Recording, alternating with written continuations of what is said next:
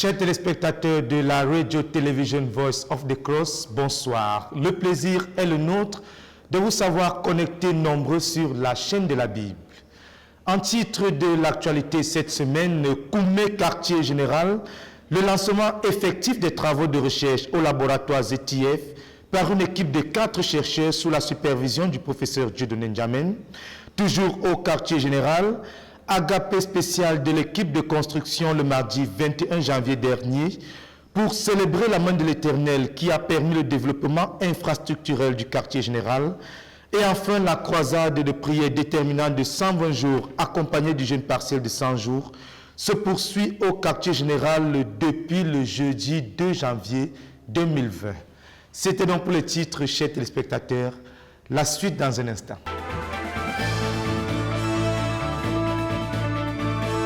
Comme nous le disions en titre, la croisade déterminante de prière de 120 jours accompagnée du jeûne partiel de 100 jours se poursuit au quartier général. En cours depuis le jeudi 2 janvier 2020, le peuple est conduit et réaligné à la vision de Dieu à travers la parole, ceci pour garantir l'accomplissement du but de la phase 3 au niveau de la base, dans la nation et dans les nations. Écoutons plutôt le compte rendu dans ce reportage. Dans la suite des enseignements dispensés pendant la croisade déterminante de prière de 120 jours en cours à Koumé, quartier général, depuis le 2 janvier, l'orateur principal, le pasteur Théodore Andossi, a continué le dimanche 12 janvier en commençant par reconnaître du fond du cœur que le Seigneur a tellement fait pour nous et que nous lui serons à jamais redevables. Il a par la suite conduit les saints à rendre grâce à Dieu pour les sujets personnels. Ensuite, il a relevé le fait que lorsqu'on a été tellement béni, on bénit et Dieu bénit afin de produire des instruments de bénédiction. Pour ce, nous devons être des fleuves qui coulent vers les autres et non des lacs qui accumulent, car ceux qui croient sont comme des fleuves d'eau vive coulant jusque dans la vie éternelle. Le lundi 13, après avoir conduit les frères qui ont rétrogradé après la convention à prier pour être restaurés au Seigneur, le frère Théodore a partagé aux saints quelques bonnes nouvelles rafraîchissantes venant des nations après la convention, notamment au Mali, où le frère Jean-François Edoguet, missionnaire numéro 1, voulant envoyer les frères en retraite après la convention et poussé par l'esprit, a demandé à chacun de prêcher l'évangile à 1000 personnes avant d'aller en retraite. Ce, en vue de consolider les terrains gagnés durant la convention. Comme résultat de ce challenge, 139 personnes ont déjà prêché l'évangile à 1000 personnes chacune. Et plus étonnant encore, l'on a enregistré 2 frères qui ont prêché l'évangile à 1000 personnes chacun en un jour. Le leader a également partagé au sujet de l'œuvre au Canada, où les saints ont pris une retraite de 60 jours après la convention, où chacun des délégués qui a été à la convention donne un rapport de ce qu'il a reçu pendant la convention pour mettre à jour ceux qui n'ont pas pu faire le déplacement. Par la suite, le frère Théodore a poursuivi en partageant une instruction qu'il a reçue du Seigneur. Ainsi, cette convention a résolument apporté à plusieurs la foi pour les âmes, la foi pour l'argent et la foi pour la vision que Dieu nous a donnée. Il est donc question de croire pour ne pas être de ceux qui voient les miracles et n'en bénéficient pas à cause de l'incrédulité. Le mardi 14 janvier, c'est poussé par l'esprit une fois de plus que le pasteur Théodore Andossi a insisté pour que les saints qui ont rétrogradé après la convention viennent prier pour être restaurés par le Seigneur. Écoutant les prières des saints, le frère Théodore a tenu à préciser le fait que la régression n'est pas une affaire de sentiment. Il a poursuivi en ressortant le fait que lorsque la discipline a été perdue, on ne peut pas rattraper tous les terrains perdus d'un seul coup. Ainsi, si l'on veut un réveil authentique, il est question de cibler un domaine à la fois. Et parlant des 16 éléments de la vie chrétienne, il a encouragé les saints à commencer par le domaine où ils trouvent encore du plaisir et exagérer cela, car, a-t-il dit, cela va te rapprocher de Dieu et cette joie va te tirer vers les autres domaines. Ainsi, quand on veut revenir au Seigneur, il faut commencer avec une seule chose. Cette chose va ramener les autres. Le mercredi 15 janvier, revenant sur la question de la planification individuelle dans la phase 3, le frère Théodore a exhorté les saints à se tourner vers Dieu leur Père pour recevoir de lui quoi faire pendant la phase 3 en cours. Il a relevé le fait que, lorsqu'on reçoit des directives de Dieu, on agit avec plus d'assurance.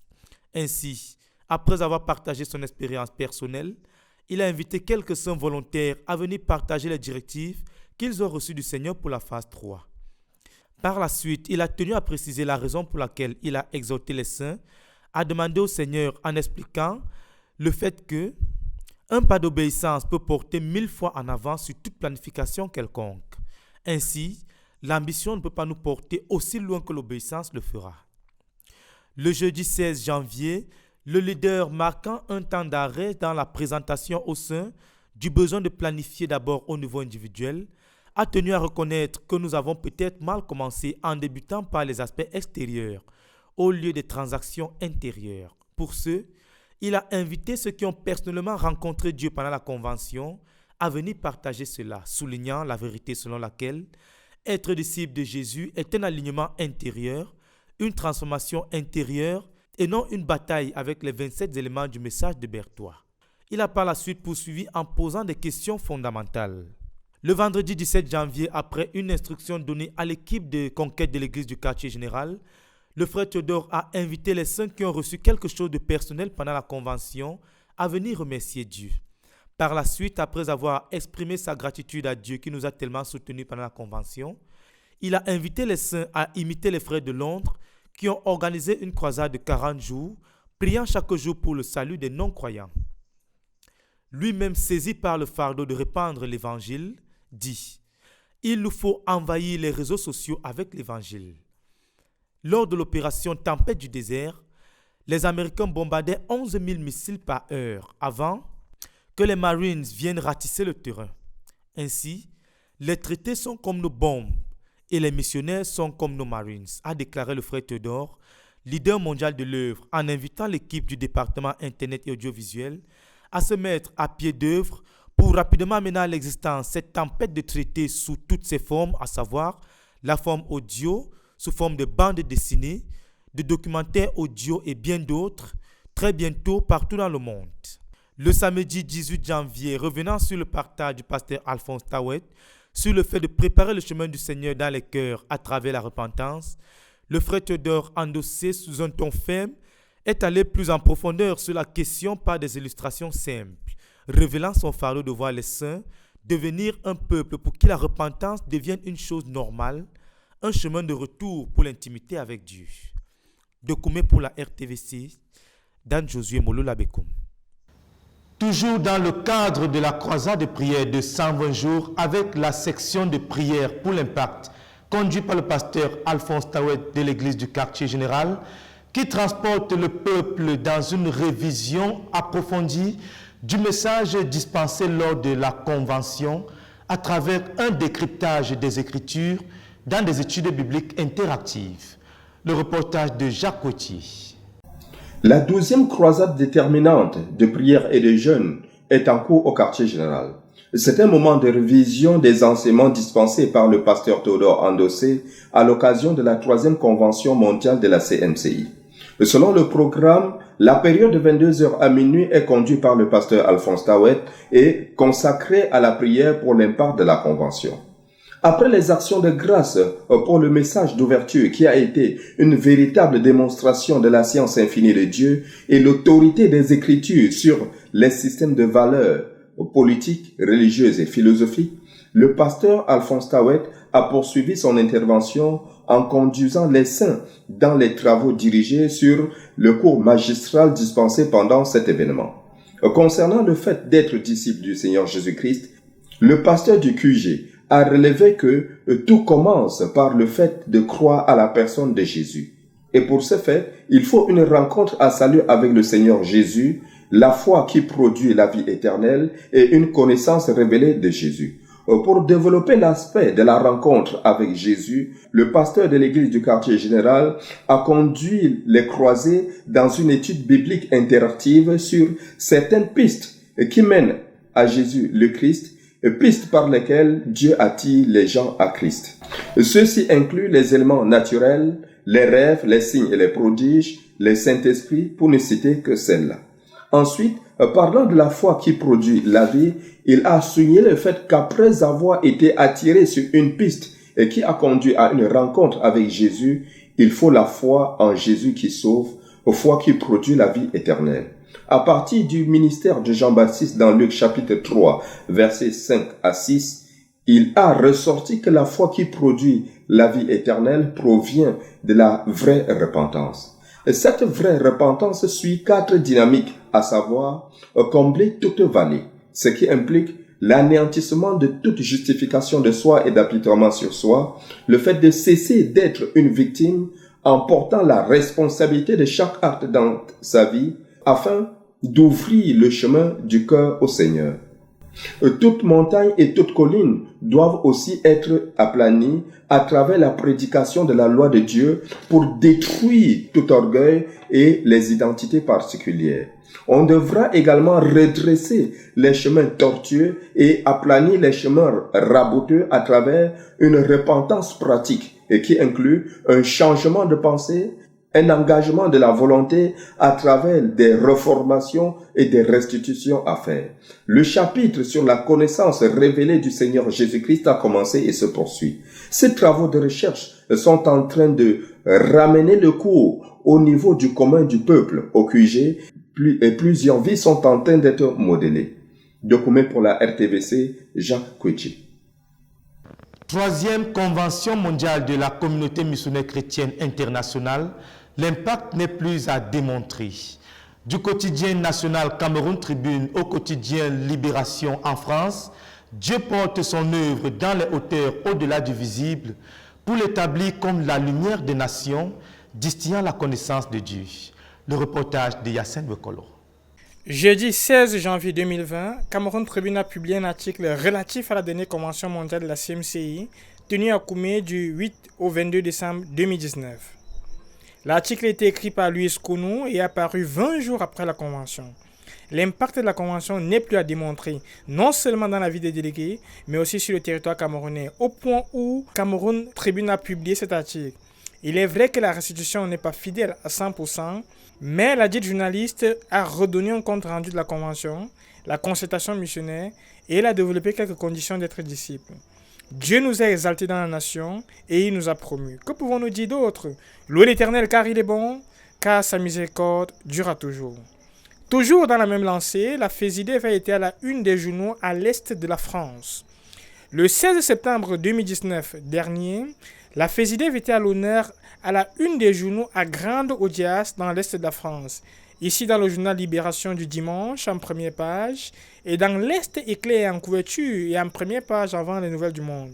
Ils ont détaillé la vision de la FESIDEF et les actions pour le développement des infrastructures au Cameroun et au Gabon, particulièrement le don des ambulances. Nous ne pouvons que rendre grâce à Dieu et célébrer l'Éternel pour les frères de la FESIDEF qui font avancer le royaume de Dieu en général et notre ministère en particulier en nous permettant d'être à la une des journaux. Célébrez l'Éternel car il est bon, car sa miséricorde durera toujours. Pour la RTVC, je suis Yacine Bekolo. Koumé, quartier général, agapé spécial des équipes de construction. Convié sous la direction du pasteur Nicolas Akoua, directeur du quartier général, et avec pour invité spécial le pasteur Théodore Andossé, leader mondial de la CMCI, qui est venu situer l'événement dans son contexte biblique et communier avec l'équipe d'ouvriers. Le reportage de Cynthia Siaka. C'est dans un cadre romantique avec de la lumière tamisée que le pasteur Nicolas Akoua, directeur du quartier général, a convié les ouvriers sous son leadership à prendre part à une agape dans le restaurant situé au sein du centre d'exhibition à Koumé, quartier général de la CMCI. À 16h, les premiers convives prenaient déjà place. Le pasteur Nicolas Akoua et son épouse Caroline Akoua, le frère Adjime Moses, chef du département des finances, ainsi que les ouvriers, leurs épouses et quelques frères venus partager avec eux ces moments privilégiés. C'était surtout l'occasion de rendre des actions de grâce au Seigneur et de le louer pour les métamorphoses remarquables qu'a connues le site de la base en l'espace de 10 ans. On ne peut que s'émerveiller quand on se rappelle qu'à la dédicace du quartier général en début 2011, seule une hutte qu'on appelait encore affectueusement le Hilton trônait fièrement au centre d'une brousse qu'on s'imaginait apprivoiser avec peine. En si peu de temps, le visage de Koumé a changé, et ceci à une vitesse spectaculaire. À ce jour, les structures sont légion. les bâtiments de la route clinique, les bureaux, les dortoirs, la maison du leader, les maisons d'habitation personnelles, pour ne citer que cela. La base connaît même des extensions, notamment Doumbie, où se situe l'Université mondiale de prière et de jeûne et l'École de la connaissance et du service de Dieu. À Bambouti, nommé Joe et Bipundo, qui abrite respectivement nos branches de la route clinique et notre école agropastorale CIFAP. Cette étape de la rencontre, dirigée par le frère Bertrand Chiffot et le frère Olaitan Paul, qui a conduit les saints à louer, a été suivie de l'accueil de l'invité d'honneur de la soirée, le pasteur Théodore Andossé et sa suite. Il a tout d'abord amené les frères à prier pour que les ouvriers encore célibataires se marient et épousent de bons conjoints. Puis il a tout de suite ouvert sa Bible et partagé à partir du passage de Colossiens 3, 22 à 26. Dans ce passage, a-t-il déclaré, l'apôtre Paul définit d'après les Écritures quelle doit être l'attitude de l'ouvrier ou du serviteur envers son travail et envers son autorité humaine. Selon son enseignement, 3 choses majeures ressortent dans ce passage.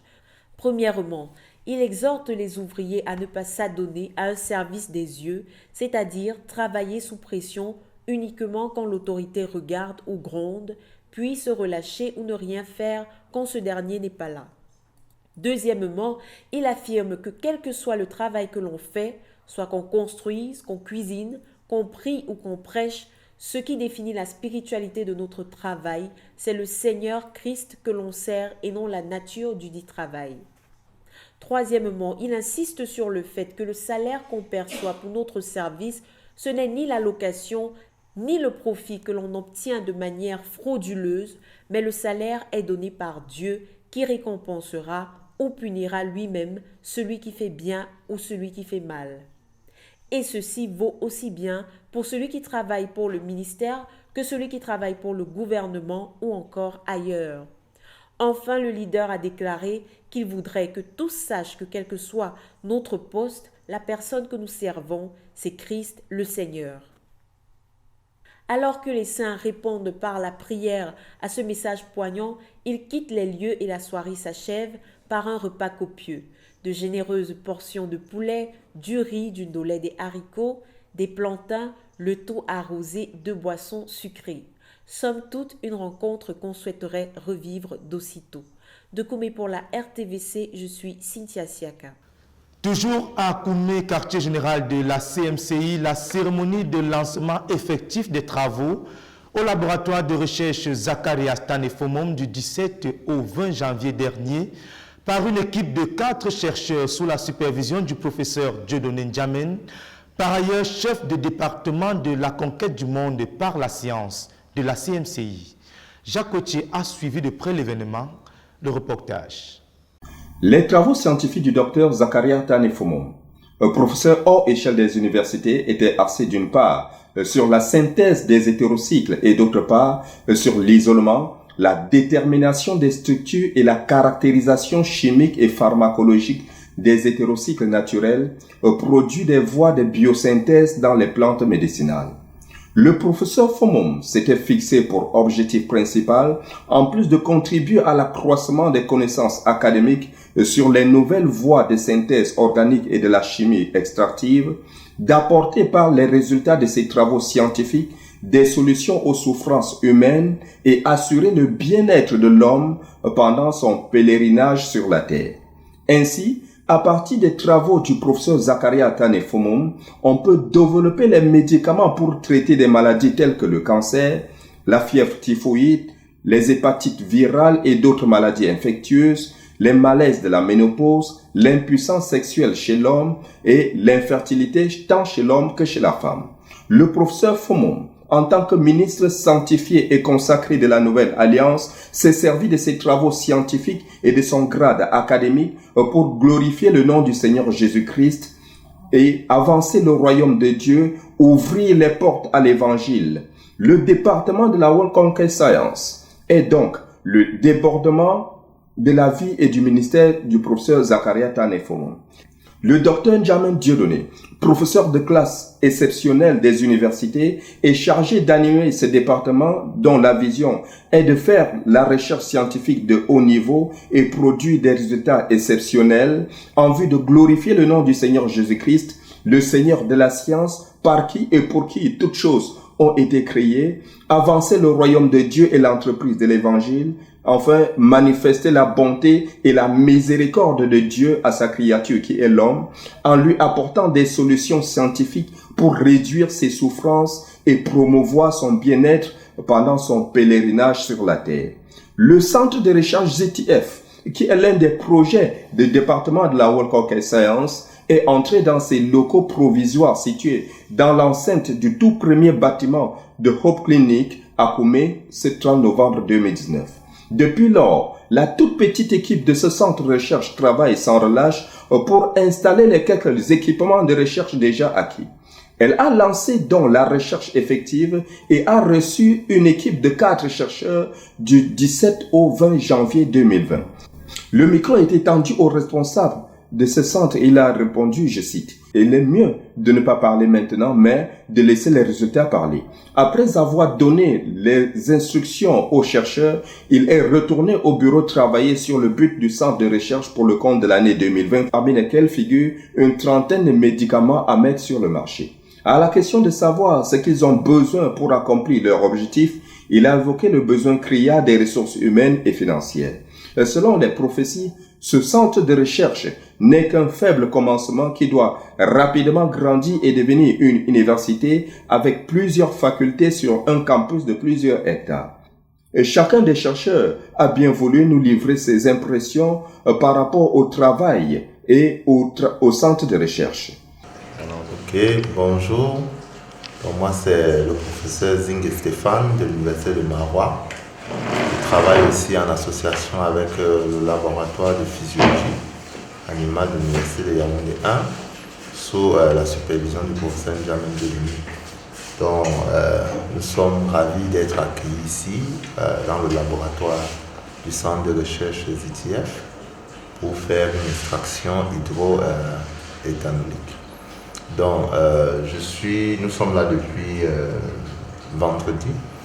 Donc, c'est déjà le deuxième jour de travail et nous sommes satisfaits de la plateforme et de tout ce que nous faisons ici. Donc, je suis accompagné par certains de nos étudiants. Donc, je vous prie je vous présente. Elles vont se présenter elles-mêmes. Merci, bonjour. Moi, je me nomme Bakamiengwa Béatrice, doctorante en physiologie animale à l'Université de Yaoundé 1. Je travaille dans le laboratoire du professeur N'Djamène. Nous sommes ici pour l'extraction, comme le professeur vient de dire. Et nous sommes vraiment satisfaits. On ne peut que remercier nos professeurs, professeur Zing et professeur N'Djamène, pour avoir mis à notre disposition ces matériels. Vraiment, merci. Merci. Et cette période de travail s'est achevée autour d'un repas où chacun s'est bien régalé avant de reprendre la route. De Koumé pour la RTVC, Jacques Koueché.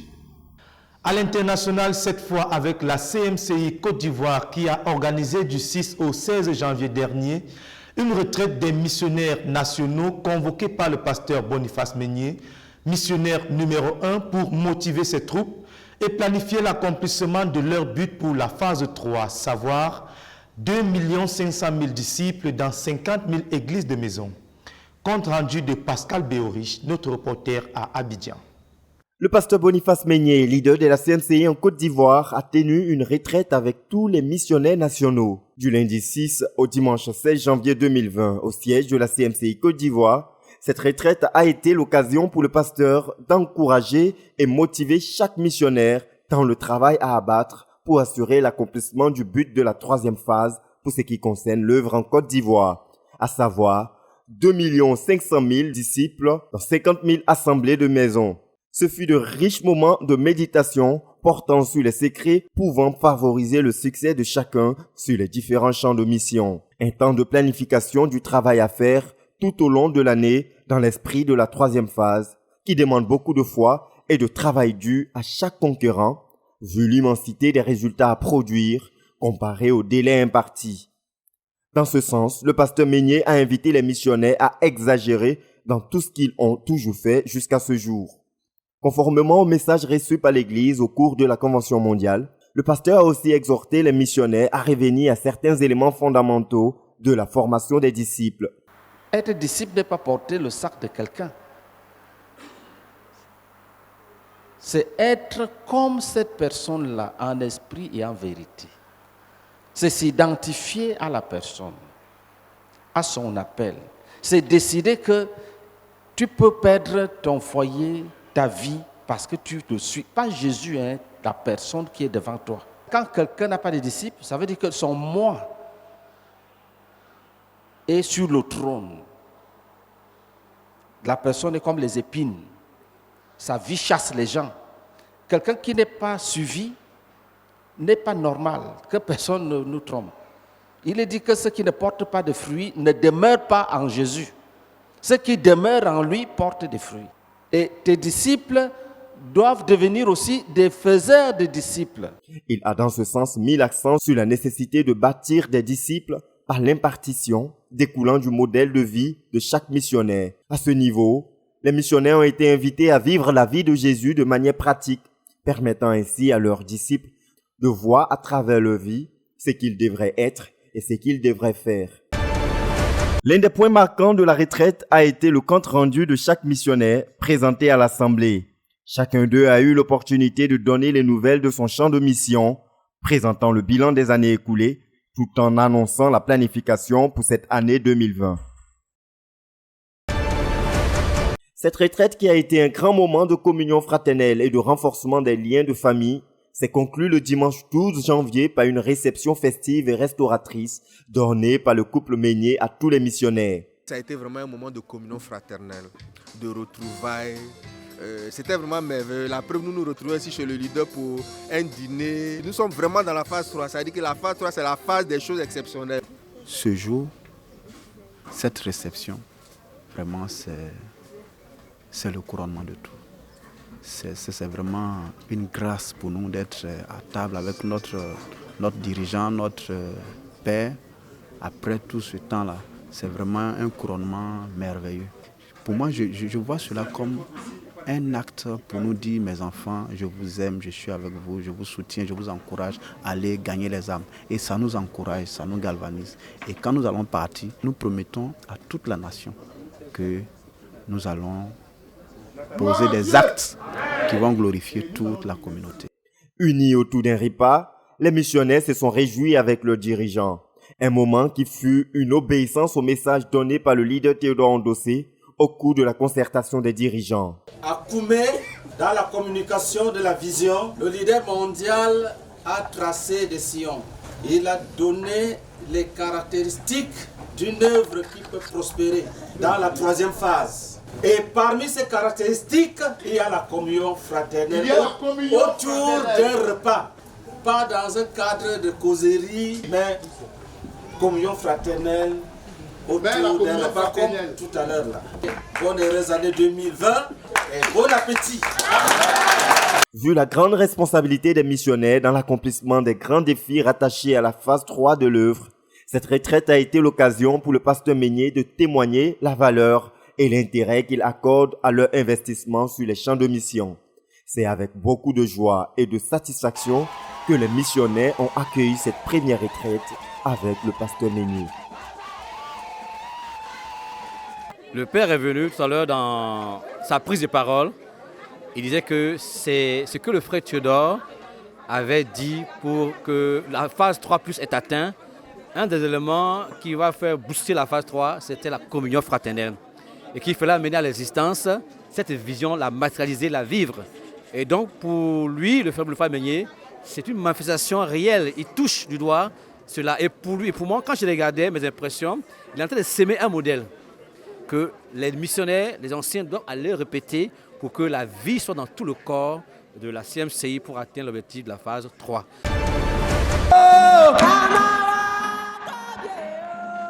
C'est avec des cœurs remplis de joie que l'équipe des intercesseurs a souhaité ce samedi 11 janvier les vœux de nouvel an au pasteur Meignet. Tenu au siège de la CMCI Côte d'Ivoire, cette cérémonie a été l'occasion pour les intercesseurs de réitérer leur profond amour au couple missionnaire et surtout renouveler leur engagement auprès du pasteur Meignet en vue du succès de la troisième phase. Papa bien-aimé, que l'année 2020 là, pour toi, ton épouse, votre famille, que Que Dieu vous transporte dans les hauteurs avec lui. Dans chaque domaine de votre vie. Que les desseins de Dieu pour vous s'accomplissent. En totalité et en parfaite profondeur. Que le send-off, la prophétie de votre send-off s'accomplisse en totalité. Avec beaucoup de gratitude, le pasteur Meignet a reçu ses vœux qui lui ont été traduits à travers un don symbolique. Après avoir exprimé sa reconnaissance pour ce geste bénissant à son endroit, il n'a pas manqué de bénir cette vaillante équipe. Au nom de toute la famille Meignet, je vous exprime notre profonde reconnaissance. Si quelqu'un se lève contre vous, Dieu se lèvera contre lui. Si quelqu'un fabrique une arme contre vous, Dieu suscitera quelqu'un pour la briser. Dieu ne viendra même pas perdre le temps pour combattre lui-même. Il va susciter quelqu'un comme lui pour briser ça. Nous venons de faire les vœux de fin d'année. En tant que chaîne de prière, c'est une équipe d'au moins 250 personnes. Nous sommes venus souhaiter nos vœux aux dirigeants et à son épouse, ainsi qu'à toute sa famille. Nous sommes bénis, je suis heureuse parce que je sais que Dieu est avec nous. Parce que nous faisons partie de la race de ces personnes qui veulent apporter la tranquillité aux dirigeants. Afin que le dirigeant soit réjoui pour émerger avec Dieu, qu'il y ait la paix dans sa vie, dans son foyer. Nous contribuons à son succès. Donc je suis très heureuse pour le fait qu'il se soit rendu disponible malgré ses nombreuses occupations et le fait qu'il a agréé les dons. L'Église de Côte d'Ivoire est engagée depuis le 1er janvier 2020 dans une croisade de jeûne et de prière pour la nation, obéissant au passage des Écritures invitant le peuple de Dieu à prier pour le bien-être de la ville où elle est emmenée en captivité, selon Jérémie 29, le verset 7. Les saints poursuivent ainsi une tradition annuelle pour consacrer 40 jours de jeûne et de prière active en faveur de la paix et le bien-être social, économique et politique de la Côte d'Ivoire. Au temple de la CMCI Cisa Djamé Liberté, le pasteur Boniface Meignet conduit les réunions d'intercession associées à cette croisade, pendant que les saints à travers la nation se réunissent dans toutes les localités entre 12h30 et 14h. Prions que Dieu éloigne de cette ville le malheur, les braquages, la détresse. Et maintenant, après cela, tu pries pour les villes du nord, tu pries pour les villes du sud, tu pries pour les villes de l'est, tu pries pour les villes de l'ouest, tu pries pour les villes du centre. Que dans chaque ville, il règne la paix, la paix, la paix, la justice. Prions ensemble. Notons que la prospérité de l'Évangile et la liberté pour travailler à l'expansion du royaume de Dieu sur toute l'étendue du territoire est l'objectif majeur poursuivi par cette croisade de jeûne et de prière pour la nation ivoirienne. Chers téléspectateurs, nous sommes parvenus au terme de cette présentation. La croisade se poursuit au quartier général et la poursuite du but de la phase 3 est lancée dans l'œuvre globale. Restez connectés sur la Radio Television Voice of the Cross. Rendez-vous la semaine prochaine. Que Dieu vous bénisse.